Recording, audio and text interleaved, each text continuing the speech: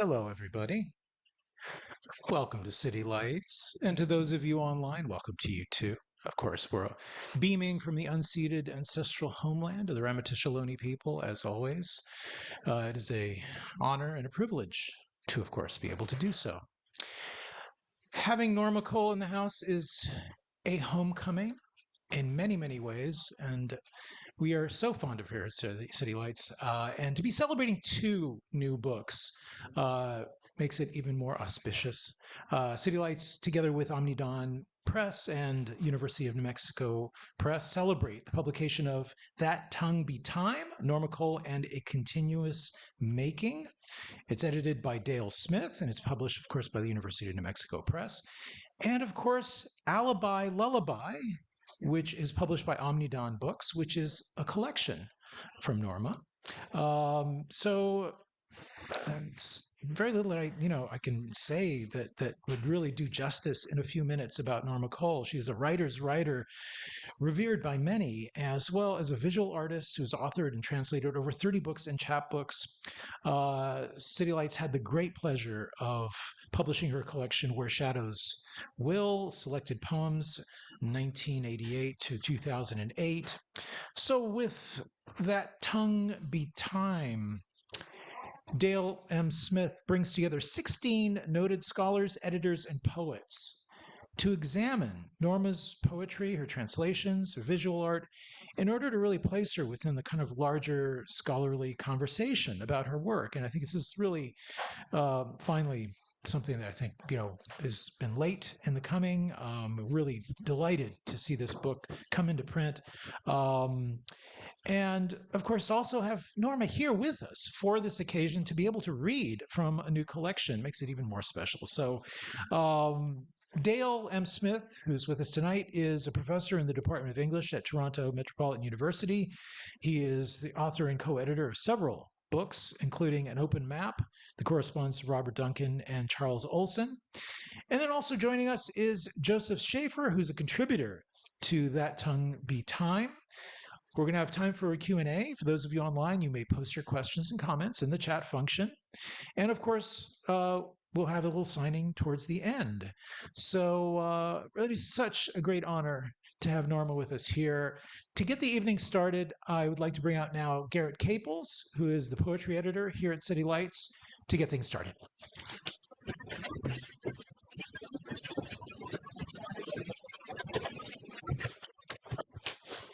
Thank you, Peter. Thank you all for showing up. So I thought I would just give a little overture to the proceedings, and then I will turn it over to Dale. But as I sat down to prepare this intro, I realized it's been a full 30 years since I first met Norma Cole. My feeling is that this took place at a reading here in North Beach at Knesset Park Gallery.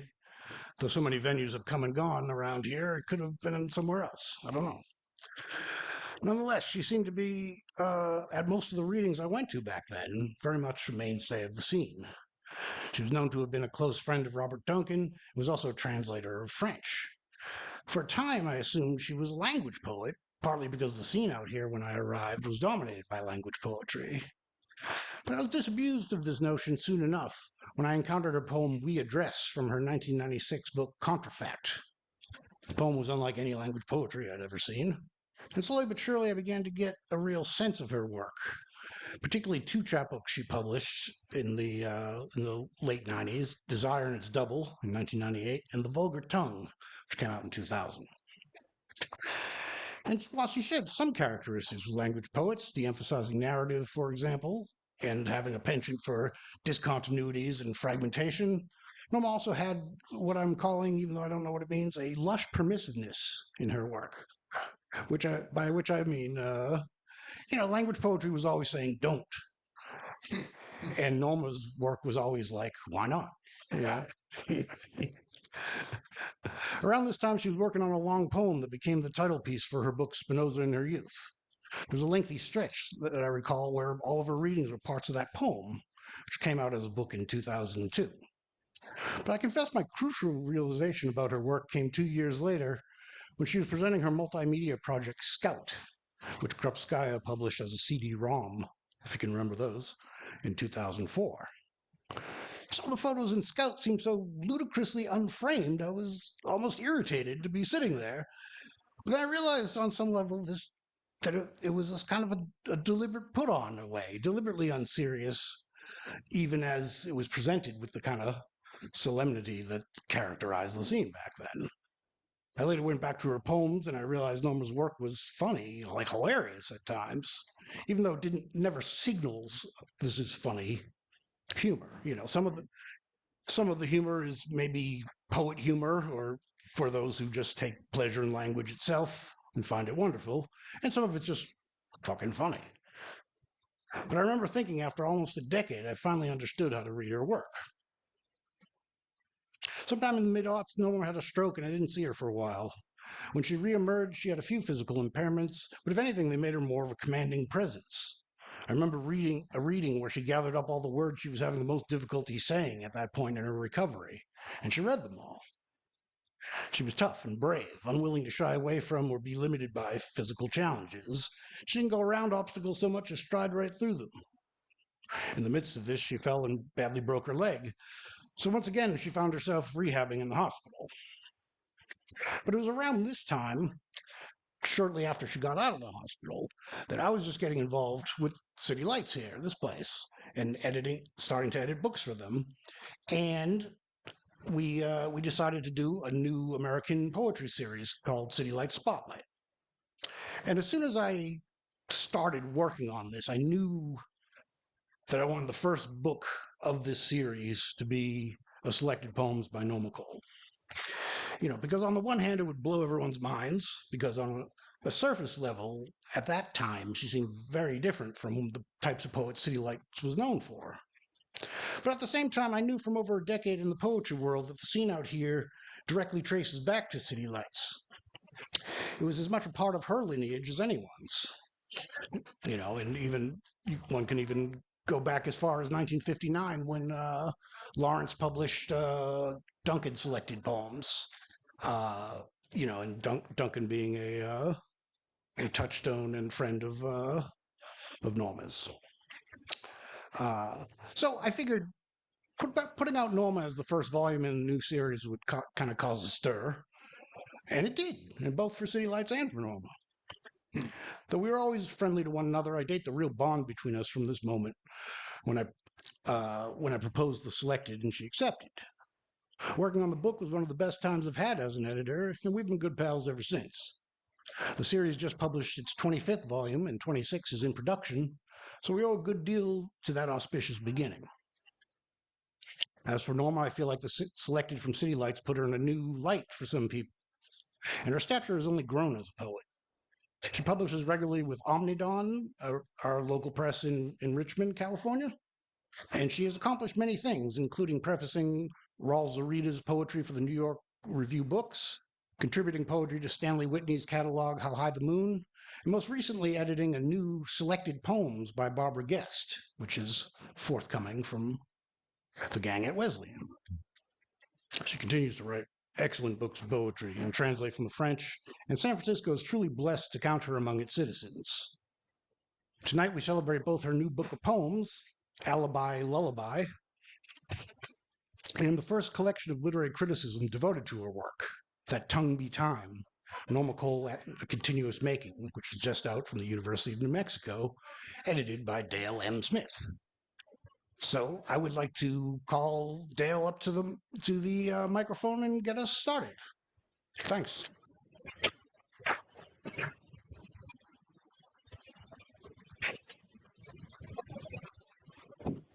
Thanks, Garrett, and thanks, Peter, and thanks to City Lights for everything.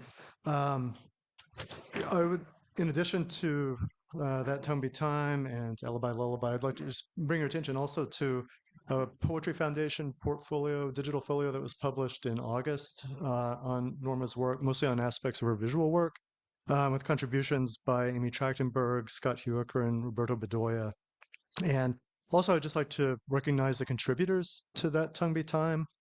Kaplan Harris, Teresa Villa Ignacio, Martin Corliss Smith, Stephen Seidenberg, Roberto Tejada, Claire Tranchino, James Maynard, Joseph Shafer, who's here tonight, Jean Dev, Cole Swinson, Ted Byrne, David Levi-Strauss, Laura Moriarty, who's also here tonight, Garrett, and Vincent Katz. And I want to just read very briefly from this introduction to kind of set a tone for reading and conversation tonight. And I want to say a few words about Alibi Lullaby as well, the new book of poems. An event sponsored online by the New York-based arts magazine, The Brooklyn Rail, on April 29th, 2020, just as the world uneasily moved into a new era of pandemic, inspired the making of this book. Norma Cole had edited the magazine's critics page for the April issue, inviting myself and 13 other poets to contribute. Her editor's message, titled From the Threshing Floor, addressed the unresolved dissonances and catastrophes proliferating in the discourse of a conflicted and confused public. For some reason, Cole said, I had no words. I had some words, but they would not settle into a rhythm. A bodily rhythm hadn't come yet. Instead, coming at me were flying objects, fast and furious. Climate crisis, migrants, separation of children from parents at borders, weapons, incarceration, solitary confinement, corporate takeovers, fascists, the technological singularity, which kept Stephen Hawking's up nights, you name it. To introduce the critics page forum she had assembled, Cole pursued the unique terms threshold and experiment, seeking progression but not progress. She explored how pathways, motion, and discontinuity associate with improvisation and experimentation. In Threshold, with its border concepts, Lehman from Latin and Porog from Russian, we find an entrance to a room. Here, workers sit, engaged in the tasks of separating cereal grain from grass. Conversation and song and imagination, in antique histories of human labor, have thrived in forms of work that lead from the threshing floor ultimately to the making of bread, nourishment. The threshold opens to a space of culture, not just survival. To be in the exchange and in the making of an ongoing determination of what Walter Benjamin understood in relation to history, the subject of a structure whose site is not homogeneous, empty time, but time filled by the presence of the now. Quoting Karl Kraus, Benjamin asserts, origin is the goal, or, as Cole herself has written, someone had opened the door from without, the word and the fact of bread. Experience does not care, for it comprises all time, and in the while, it begins once. Another reason, not another reason, but an interesting intersection with my life and Norma's is that she was born in Toronto, Ontario, which is where I now live, and had such a great time spending time with Norma over the years in Ontario. So she's originally from there and moved here to the Bay Area in 1977, where she became involved with a circle of poets around Robert Duncan, as Garrett mentioned, in the New College of California. She first published poetry in David Levi-Strauss's Acts 4 in the summer of 1985. Her first book, Mace Hill Remap, was released 2 years later. Since then, she has published more than 30 books and chapbooks. Tonight, Norma will read from the second book we're here to celebrate, her new work, Alibi Lullaby. Then Joe Shafer and I will speak with her about the new poems and about other aspects of her life work and writing. In the poems that comprise Alibi Lullaby, there is a certain groundedness. This groundedness is achieved in part by concrete and sensuous images throughout the book, but also displayed through syntax based on reduced syllabic stresses or by emphasis on trochaic stresses, monosyllabic nouns, along with the enactment of a kind of base layer grammar built on the rudiments of indefinite articles, conjunctions, and prepositions. This limited word base is seen most prominently in the poem Lost Dance, where she writes of, on, beyond, of, from, between, of, and a, on, in. A baseline music moves in the work that is particular in terms of vocabulary palette. The poem's cadences are remarkably unified in terms of prosody, and overall the space of the lyric is preserved even as the songs seem to fall apart or go away into an awareness of political and social horizons. It is difficult to read Alibi Lullaby without intensely feeling the conflicts of Western global interests, contested political campaigns, sinking conflicts of mediatization, and the circulation of attitudes based on forms of mis, dis, and information. The events of October 7, 2023 in Israel motivated Norma's approach. In Gentle Summons, for instance, she writes, "Things themselves unfinished as children encounter in the ledger. Can you erase hunger? Dust shot on the ridge fell for it in alignment. Light hitting the plant, bomb or leaf. Fusion jumps to conclusion, fall under the apprehension of seeing and looking away." While poems like this are presented as brief lyrical statements that detour attention from specific historical incidents or occasions, they radiate within the terms of the real that are often mediated into digestible memes or sound bites through broadcast and social media. Throughout the book, we find attention, sound, memory, and image interacting in the field of the poem to insist on a kind of readerly dislocation. The community of listeners disappears, and we are alone, displaced in the voice of another. Readers will sense a stutter-like dissonance in Alibi Lullaby. The neurological and biological effects of Cole's stroke 25 years ago influenced her speech intimately, complicating the spoken reality of words. Adjacent to an external reality of speech, there is too an internal stutter prominent in some North American writing. Susan Howe once remarked that Charles Olson is at his wisest when he said, "The stutter is the plot." Howe continued, "The stutter is the plot. It's the stutter in American literature that interests me. I hear the stutter as a sounding of uncertainty. We are at threshold vulnerability, rocking inside a hum of a mother tongue whose meaning cannot always mind as our own tongue or meaning gets lost, slips away, looking for that patriarchal solid ground somewhere over there, not inside us, where the stutter shifts attention, loosens our hold on who we are as part of the whole we never fully ascertain." It's my great pleasure to warmly welcome Norma Cole.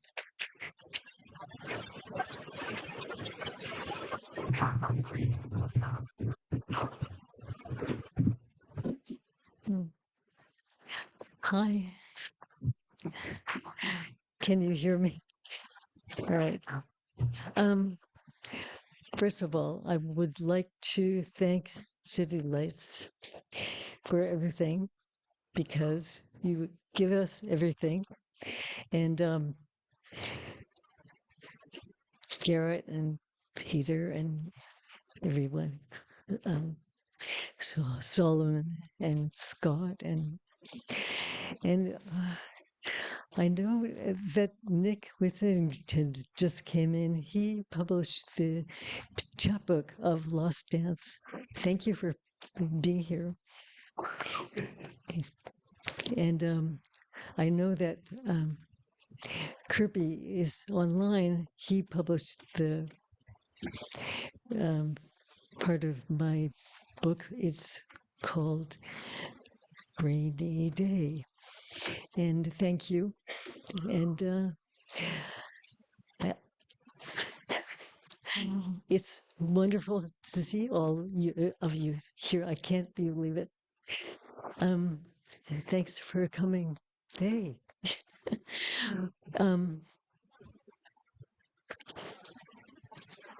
I'm going to read. All right. But I really want to thank particularly Dale Smith, who did this new book about my work. I don't know how you did it, but you did it amazing. And I want to thank everyone who has given work to this book. And yeah, thank you, everyone. This is my new book, the most recent book, Alibi Lullaby. And it starts with an epigraph from 4,000 years ago from uh, old Babylonian lullaby. We know it's a lullaby, but we don't know how it sounds. But I'll read it anyway. The little one who dwelt in the house of darkness. Well, you are outside now, have seen the light of the sun. Why are you crying? Why are you yelling?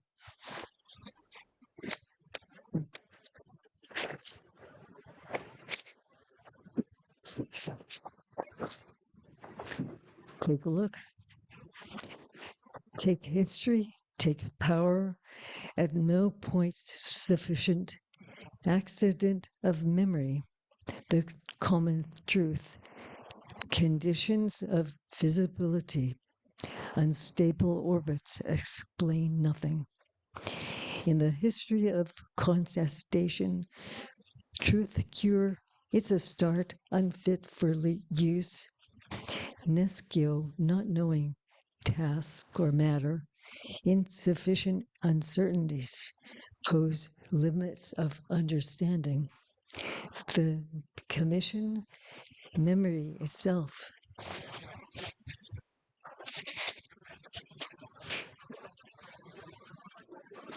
Like any body, implicated garland of witnesses, devolution, foliage in red, damage no mystery, truce a garland of wool, intention the something else to replace it, passage or message, carrying every body, leaning against this same sun, more dangerous, leaving, speaking, this same sun, dreaming.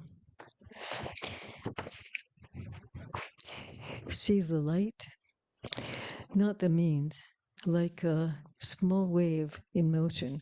You can't see when you look. Peculiar energy behaviors, revolution without traits, without the past, ground it to dust. Contradictory resolutions present together superpositions. See the inference? Looks like a proposition. Makes sense.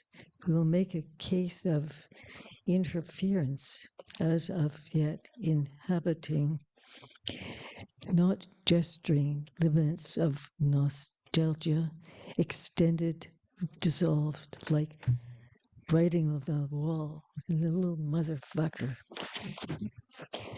A scattering open across a condition of survival, harmonic device, inner life, the instrument. And this is the image of articulation. Protect it, show it, the exact location overlooking a tree, any distant planet, exact conditions. Alibi equals elsewhere. Your Rogers claim a piece of evidence. Images remember the cadence. Think of others. This thought of others is pretty much a commonplace to think of others, but I think of it um, right now in terms of Mahmoud Darwish. He wrote a poem called Think of Others, and I'm going to read it to you right now. It's online if you want to find it. Think of Others, Mahmoud Darwish. As you prepare your breakfast, think of others. Do not forget the pigeon's food. As you conduct your wars, think of others. Do not forget those who seek peace. As you pay your water bill, think of others, those who are nursed by clouds. As you return home to her home, think of others. Do not forget the people of the camps. As you sleep and count the stars, think of others, those who have nowhere to sleep. As you liberate yourself in metaphor, think of others, those who have lost the right to speak. As you think of others far away, think of yourself. Say, if only I were a candle in the dark. This was translated by Mohammed Shaheen, and it's from Interland Books, Almond Blossoms and Beyond.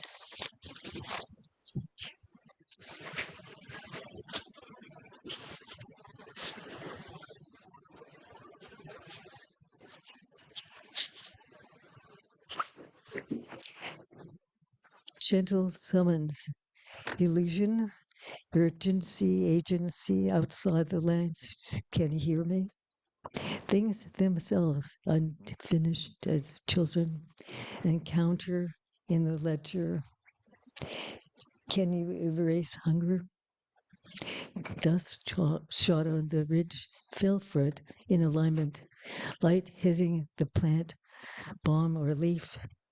Fusion jumps to conclusion, fall under the apprehension of seeing and looking away.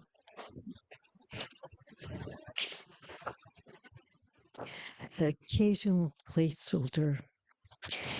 Attention divided, continent pitch, and trained to the sounds that surround, weaving and spinning the amulets, limbs of memories. The doves are coming. At the station, a taxi, the dove, a kite, caught in the power lines, the bridge in a fog, and the community of listeners disappears. Reflections speaking indirectly from the force of the sound, sensations displaced in the voice of another.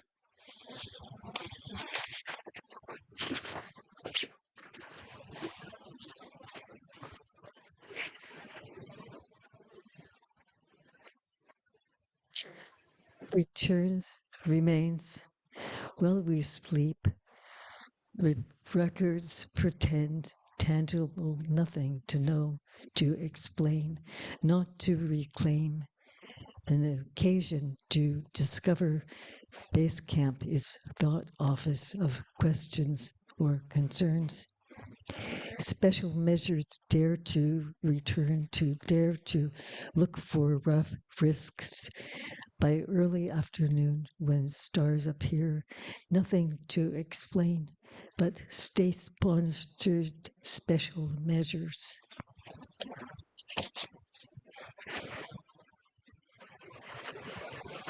Night watch. Rearrange the disturbance itself in the field, the night, the baby. Whom should I send? The question don't fit. The dropped stitch, it needed to go. Forgotten lament, the baby itself, no compass, but cement itself the chosen agent.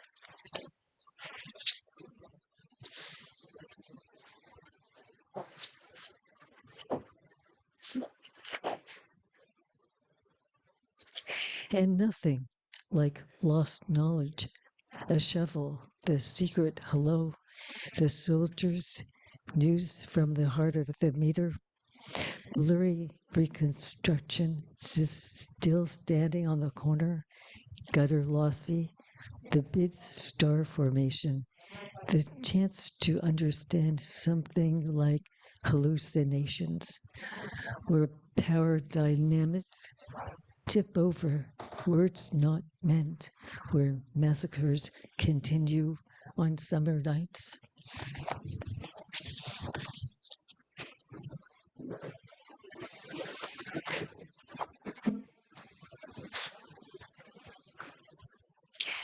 The sweet hello. Don't entrance the heart of the meter, for massacres continue on summer nights. Troubled by bound reality is the fault we endorse. Lest some ending is right now. No events, the thing like forks, spoons, words not meant today. How brown things tip over the bowl of experience. See it or sink when dust rules. Voice off, listen, cloud, principle asked or not. Choose to get there. Islands for silence. Time approaches. Islands for silence. Sooner or later, time approaches. Highly volatile, almost asleep, and not get their footing. Uncanny vault at its valley. Simple acts. Body fusion. Polar events. Listen like clouds. Voice off. Pin up the past. News from a porch. The heart of the meter. The principal fault is its ending. Trip over it. Mountains of suspense. Scent of fennel in summer. Midsummer nights. Massacres continue. That crinkling shovel sound. It's muse or not. The sign-shaped sign, flat as a verse.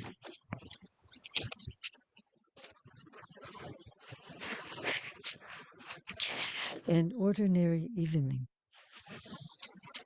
To act is to be committed. To be committed is to be in danger.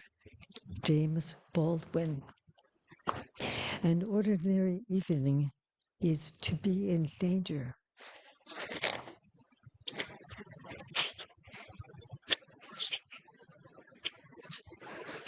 The matter. The chatter of the world is just a breath. Dante, Purgatorio. D.M.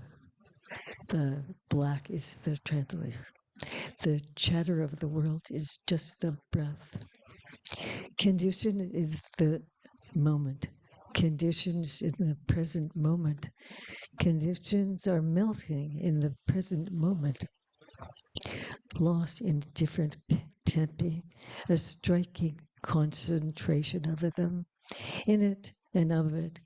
But when the state withdraws from the social contract, a walking dream, the armature, a striking concentration, removes system from sound. Someday will mean these large-scale stained glass windows seem essential to private time. Moon in Scorpio, fallen's asleep, but not where you wake up. Can you place this photo from the broken old Bible? Tell us the end and ruling everything. The pink cloud, the ridge line, and everything grassland, aspen grows, stand of redwoods, trees make light. Every sense of distance, prospect, ever-changing, feverish refraction. Mind not inclined for the stories not found here.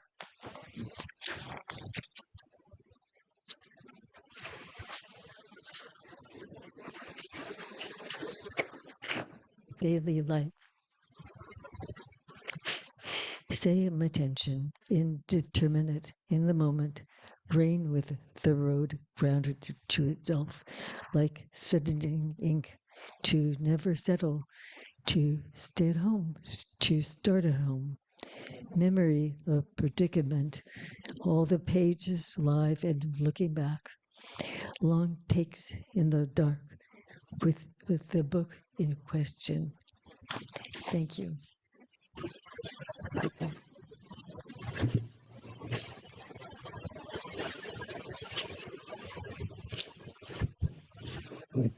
Dale ask the first question. Sure. Yeah. Well, there's so much on my mind right now, but I thought since we're at City Lights in a bookstore, I know your father owned a bookstore in Toronto. Yes. I just thought I'd ask you about that, how that bookstore was part of your life and what it meant and what it means. The bookstore. It was like this bookstore, actually, the first bookstore they had. Um, the floor was wooded, the shelves all around. It's just like that. But first of all, before I knew about the bookstore, I went to the library. My mom took me to the library. They had a Saturday morning, a little thing with a circle and kids, and the librarian told us a story and things like that. And then the bookstore was um, a family affair. We all worked there. My first job was um, being in the basement, putting stickers with the price on every book. And I got 5 cents an hour. It was really, those were the days. Yeah. So, yeah. And then when it was really, there were times when there was a lot of stuff happening in the store around the time of going back to school because everyone bought their textbooks at the store and all of the stuff that you needed to have, like notebooks and pencils and pens and things like that, they were all in the store. And so at Christmas time, my dad had a lot of toys in the store and wrapping paper and things like that. So when it was that time of year, all of the moms and the kids worked in the store. The moms in there were a couple of girls like me. We had smocks on and we were walking on we were floor walkers and the guys my cousins, the boys that grew up to be men, they were supposed to um, get to be the people who run the store and buy the books and things like that because they were going to be men, and that was the time. And so for years and years I worked in the bookstore wearing my yellow smock, but there that was my outer personhood, and the inner me was like, oh, what, look at those beautiful, they are all in a row, Shakespeare plays, little plays. And graduating, I got to just love everything about the bookstore. I didn't know how lucky I was that I could go to the bookstore and work. And it's just like what a lot of us do now. We have worked in bookstores, right? We're working there now and going to the store. It's really great. It's not like digging digits or something. So, but there were things that I think that were lucky in a different way that um, just maybe because my father had a bookstore, I think of things like when I had a series of books called My Book House, and much later I saw Robert Duncan had that same series. It was like, really? Wow. Because I loved that book, the series, the books. They were really fantastic. And also,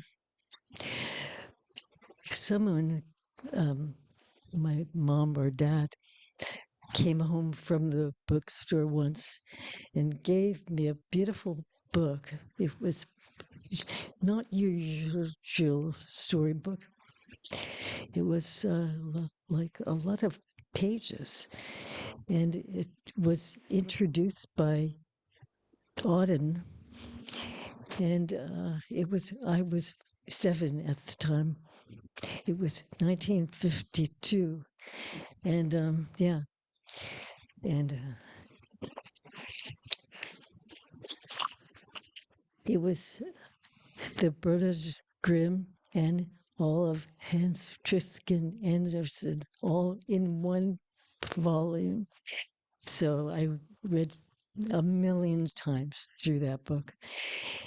And there were all kinds of weird things, like in the basement, in a cupboard, there was a book. And there were, you know, cartons of stuff, in the basement, things you don't look at. There was a book, and um, I guess I had the smell of books where they were not MA, but I found this book, and I was maybe 10, and it was unusual to have um, a book in this cupboard in the basement. And I looked at it, and there was one letter S that started. It was big, usually not that big, but it's really huge. It's a big, beautiful letter S, and it's from Stately Plum Buck Mulligan. Okay, so I looked at that. Many times I would go, as I got older, I would go and look at that book, and I would think, Stately Plump Buck Mulligan. And I would never read further because it's so amazing. Stately plump Buck Mulligan, and you can hear the sound of the stately A E, and then Buck Mulligan, plump Buck Mulligan. So you can hear A, A, It's just beautiful. And so those were the two books I eventually took with me when I went to France to live in the south and in the little village. And I thought, oh, I've had too many books. I'm not going to bring even a single book with me. I'm just going because I did did college, did my master's. I had all the books. I put them in cartons, put them in the storehouse that my father had by then a warehouse with books in it. So, but I thought, well, I'll take two books with me. The Brothers Grimm and Hans Christian Andersen, and the Ulysses, which I didn't want to. Everyone was reading that book and talking about it, and I didn't want to read it in a class, so I didn't really read it ever. So I thought, oh, I'm going to take that. Stately Buck Milligan. I'm going to take that book, and I'm going to just read it like a person reading a book instead of Joyce, James Joyce. So that's what I did. So Yeah, I was just going to ask you.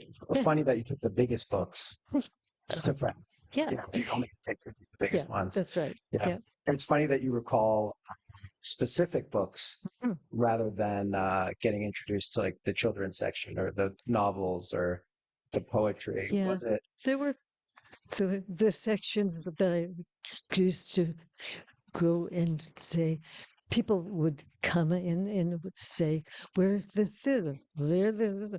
And I would say, "This is history. This is poetry. This is." But yeah, yeah.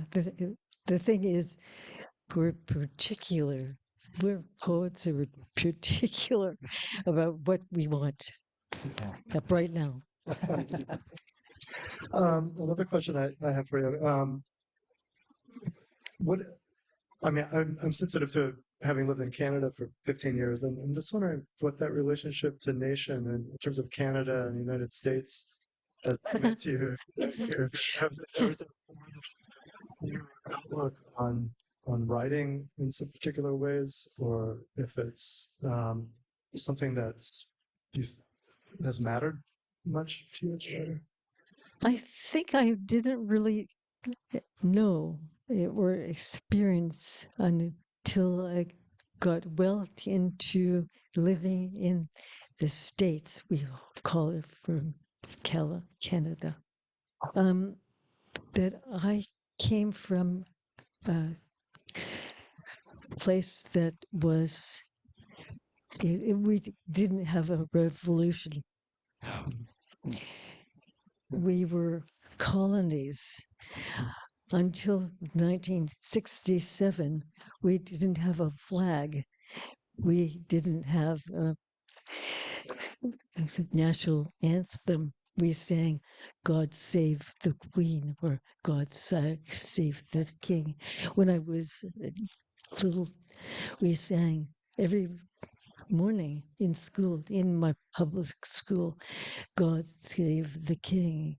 And then he died. And then that day we had to sing "God Save the Queen." It was really weird. It was shocking, shocking. Anyway, yeah, Yeah. that's, yeah.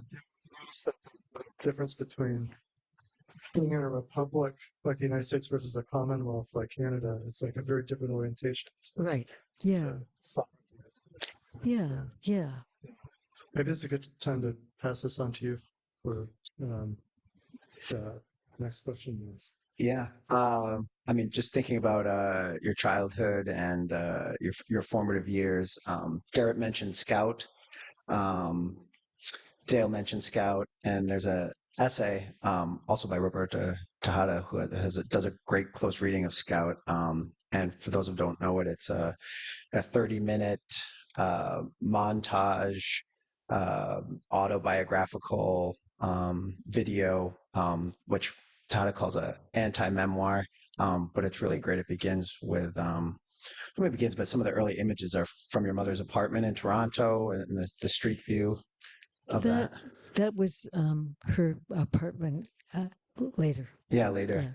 Yeah, yeah, Um, and yeah, I mean, I was talking about Scout with you yeah, recently, yeah. and yeah, you have a voiceover narrative the whole time, which is a poetic narrative. And you mentioned that that was the last recording of your voice before your stroke. Yeah, So that's afterwards, right. you couldn't listen to it for years or for Right. some time. Yeah. And I was wondering if you would share kind of what that transition was like of losing your voice and finding your voice and not wanting to hear your voice or yeah Yeah, it's all there. Yeah. yeah Um, yeah, I didn't really think much about my voice until I had the stroke. And then because of the muscles not working, I couldn't get any sounds of my normal voice or letters or words out for at least a year. I just really couldn't do it. But people encouraged me. I've got a ton of to support from a lot of people in this room and online, particularly family, um, and poets and artists. They said, just do it, just do it. So I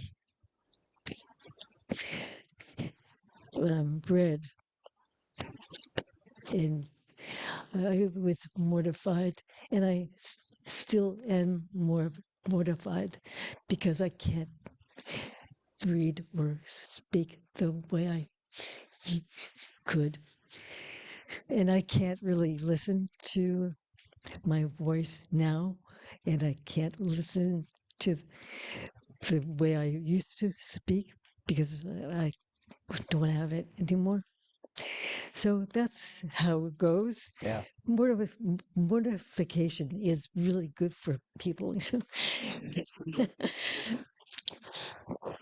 Yeah, it's part of mindfulness. yeah Yeah. yeah So does it does that relationship to voice impact your writing or What? your writing? Like, is there a relationship between the voice and Well, the written? that's really interesting because people always ask me about that. And well, if you couldn't really talk, you probably didn't write the same way. But writing is from a different part of the brain, and you write as you're writing, and you change your writing as you do as you experience life.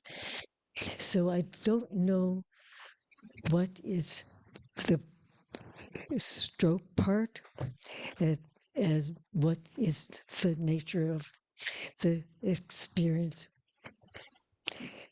just experience and yeah things. I think apart from voice, like when you talk about the comes from a different part of the brain, the voice, but also like the physical act. I Yeah, mean yeah. finding a new way of I don't know thinking about the body or writing that did that change much afterwards? Yeah, Yeah yeah, because I can't just write the things down. yeah I, I have to put it some, put it on a table and you know hold it down with something and write like that. It's a thing. It's before it was not a thing. I was not thinking about it. I was just taking out my little um,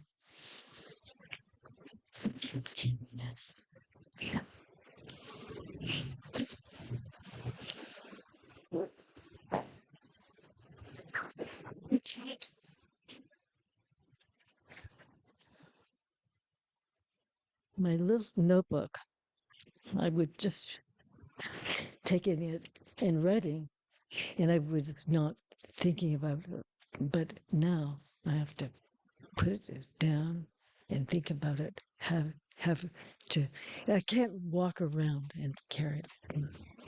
So everything is a thing because of the stroke. So that's part of my deal now. Yeah.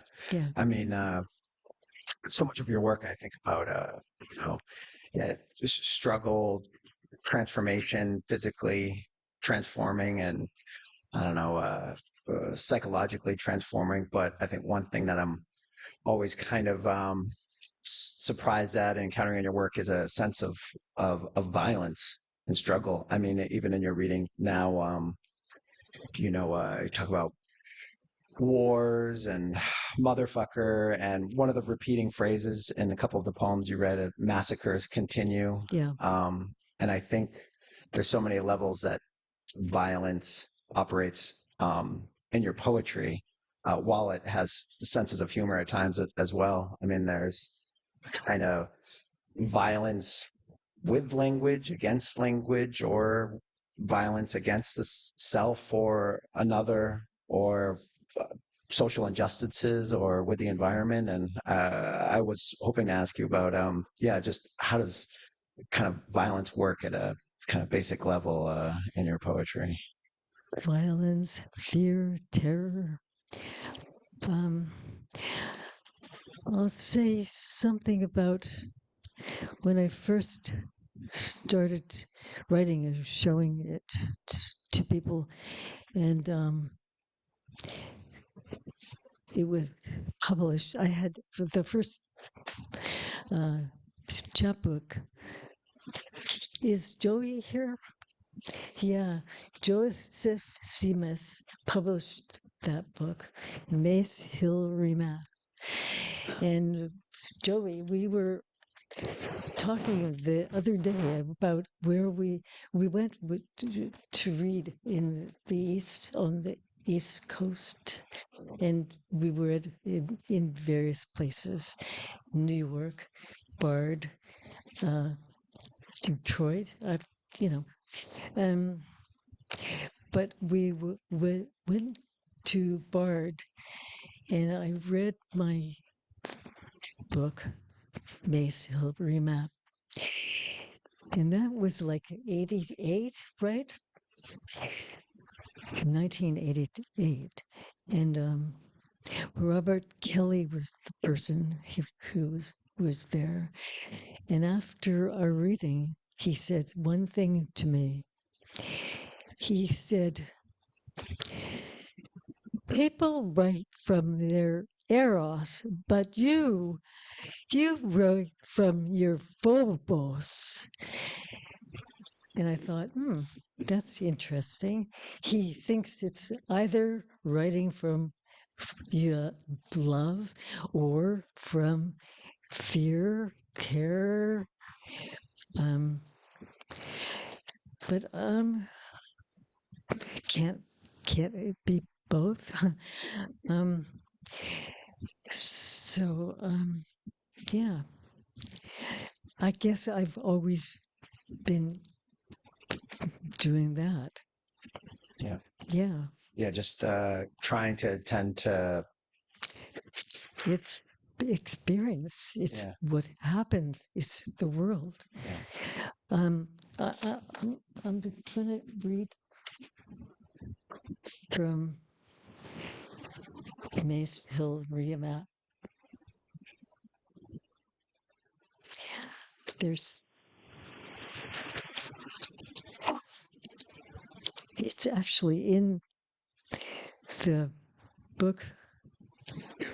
Yeah, it's part of the Where Shadows Will. But this is what we're talking about. Um,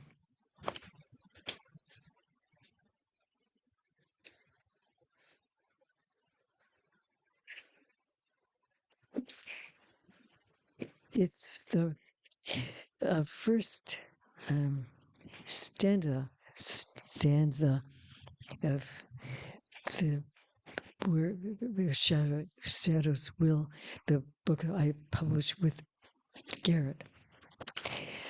It says, imagination's law hits frames, times air delivers to few, and aside, so and so also.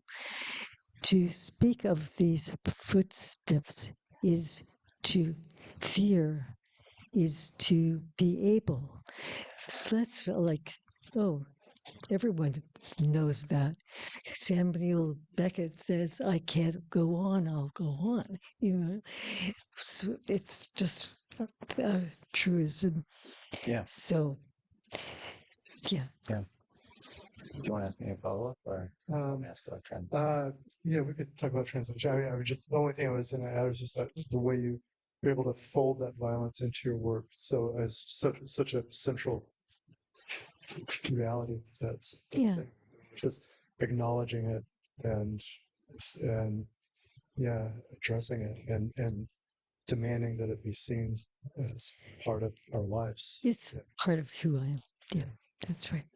Yeah, I mean, one of the essays in that Tongue Be Time, I think it's Teresa Villa Ignacio, talks about your work in translation and also how translating others, particularly in Europe, in France, has given you kind of access to other people's experiences of war and injustices. So it sort of broadens your horizon with your poetics, particularly with like politics and fear and otherness. So yeah, we were wondering if maybe we want to talk about translation, but maybe not so much just sort of proper translation, all the work you did translating French poets and writers, but maybe how translation operates at a more fundamental level, like in your own poetry.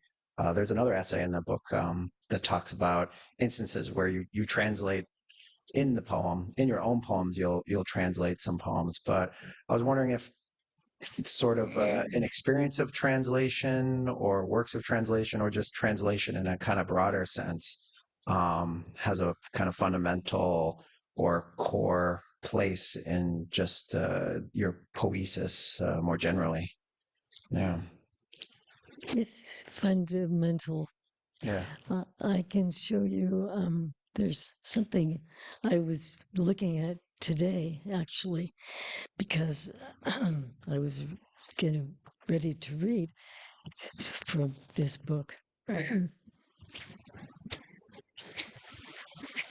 When I was reading this translation from Dante, Purgatorio, the chatter of the world is just a breath. Well, first of all, I'm getting ready to read, and I have to do my breathing exercises, because I went to a voice coach, and he gave me some things to do, and I do that, and so I go around, and this is when Rob is not home, I hope, because I say a few words and say it over and over. So I was saying, the chatter of the world is just a breath. The chatter of the world is just a breath. The chatter of the world is just a breath. And then I thought, I'm walking around the kitchen, saying these words, and then I thought, the chatter of the world is only a breath. Maybe he says only instead of just. I went around saying, the chatter of the world is only a breath. The chatter of the world is just the breath. And I had to go and look it up. And, And it's just, yeah, yeah. But that's how it is fundamental things like that. Yeah. Like it's the sound and the translation.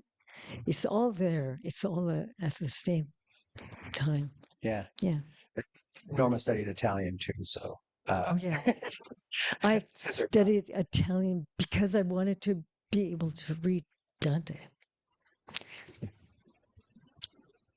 Um, Alibi, maybe? yeah. Maybe well, it's time to. Yeah, we're gonna go. This is the last question that we have for you. I just wanted to ask you about the title, Alibi Lullaby. If you wanted to talk a little bit about that and where it came from. Okay. The title. Um, First of all, it was Lost Dance. That was the first section, which it's in the last, now it's the last section of the book, but it was the first thing I wrote. It was during the time, COVID time, and we were not um,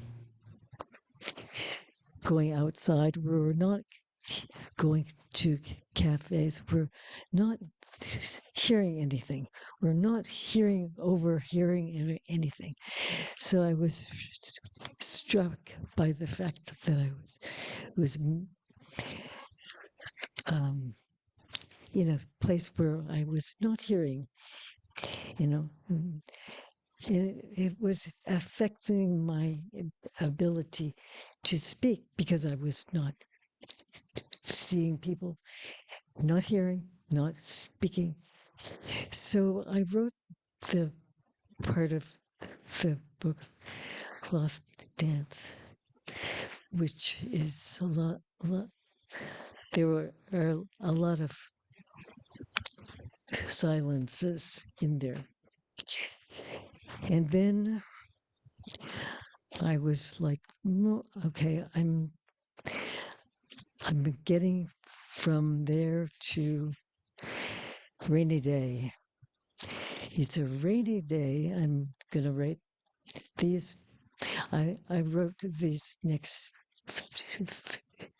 poems that comprises the chapbook Rainy Day, and that's where massacres continue on summer nights came from, because there were a lot of massacres in this country.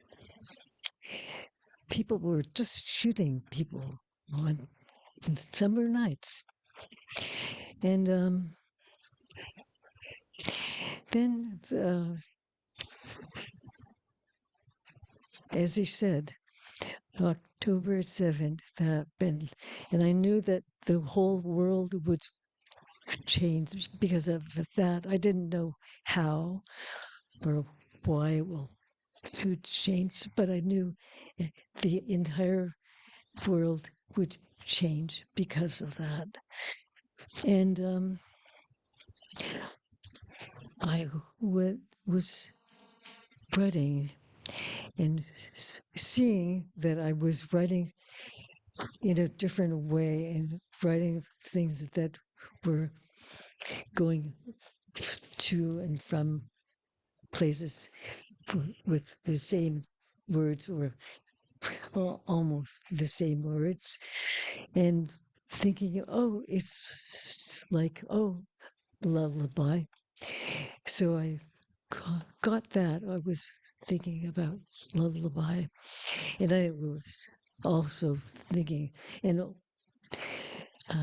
reading that people were saying about the political way of things that were going on. They were saying the word alibi. It came up a lot. Alibi. So I thought, oh, alibi, lullaby. Yeah, that's a And then I knew that that was it. And then I came together a book. Wonderful. Thank you so much. Yeah, thank you. We want to take one question or two from the audience? Yeah, sure. If Okay. we have time. If you can keep questions simple and if you could repeat them for the sake of folks. Oh, sure. That would be good. Does anybody have a question they'd like to ask Norma?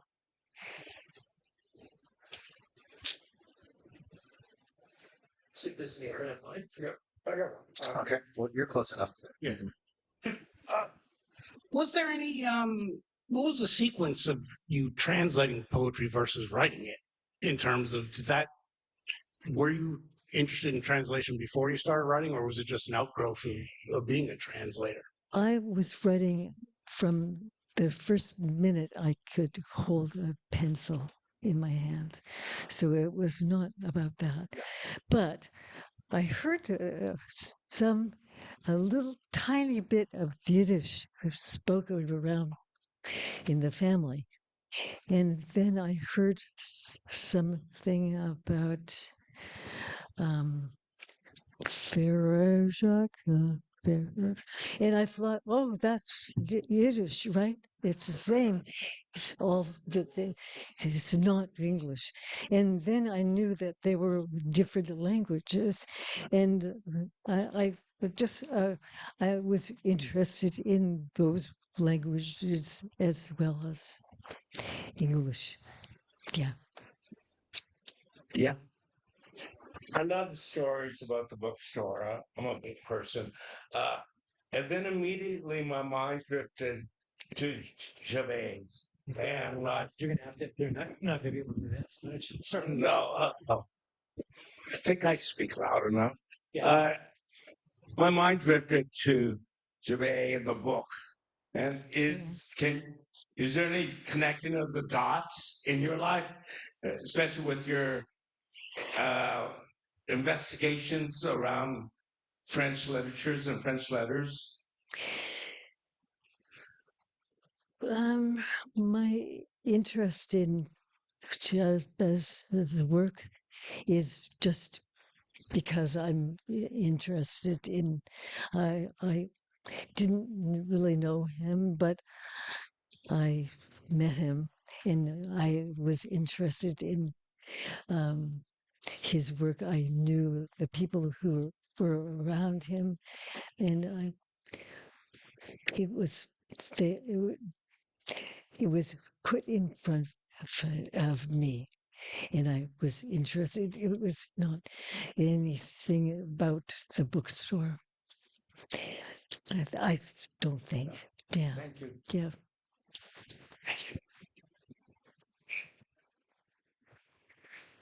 Any other questions? Or okay. Just really quick.